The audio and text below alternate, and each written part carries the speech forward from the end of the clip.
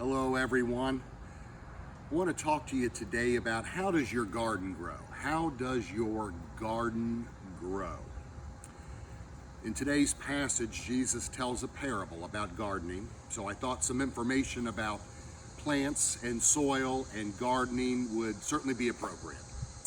The first is this: a sunflower is not just one flower. Were you aware of that? Both the fuzzy brown center and the classic yellow petals are actually 1 to 2,000 individual flowers held together on a single stalk.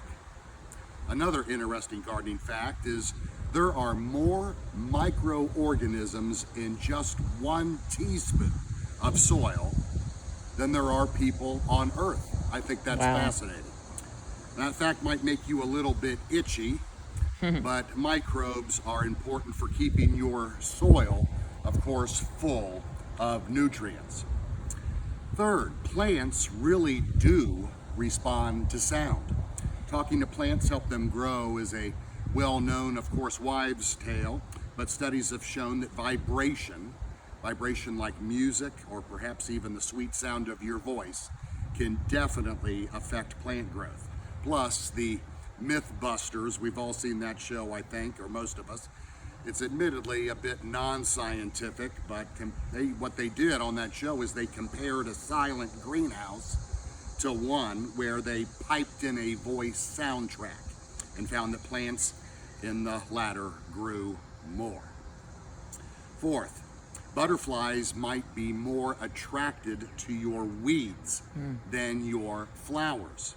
Colorful blooms are not the chief reason that these insects love your garden. It's much more about the fragrance and nectar.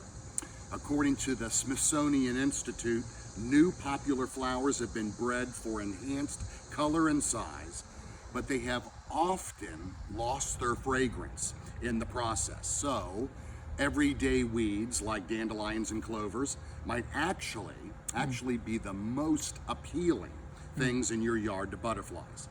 They hate pesticides too. Taking care to choose heirloom flower seeds can get them to also fly your way. Another one, a little bit of baking soda can help you grow sweeter tomatoes. A regular sprinkling of this kitchen staple into your plant soil can help reduce acidity, which sweetens up your crop.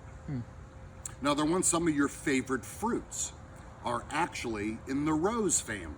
The rose family. Apples, pears, peaches, cherries, raspberries, strawberries, and more are cousins.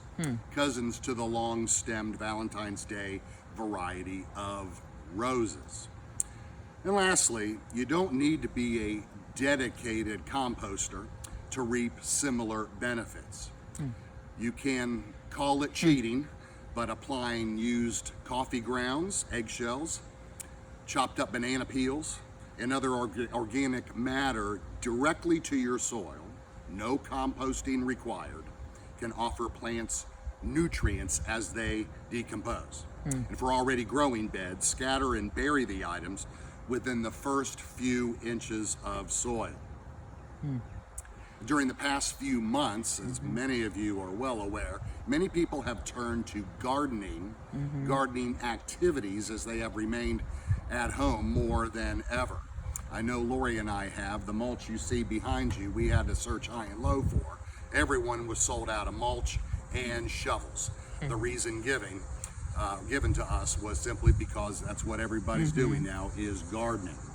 When we bought our house some 5 years ago, we picked it due to the price and due to the size, and not because of the numerous plants that are all around us and ornamental grasses that were already growing on nearly 3/4 of an acre of property. But we inherited them, and obviously the accompanying work.